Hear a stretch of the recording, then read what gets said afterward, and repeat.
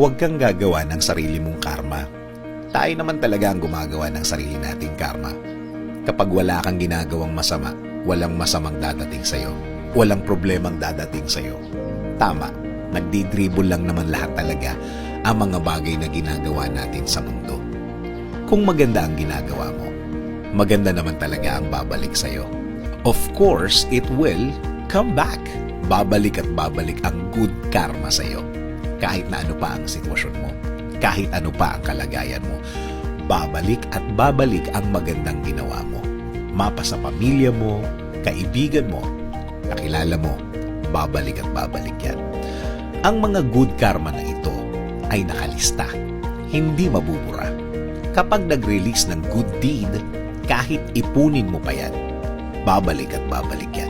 At ang mga babalik na magandang ginawa natin, madalas, ito ang nagsasalba o nagsisave sa atin every time na may malaki tayong problema.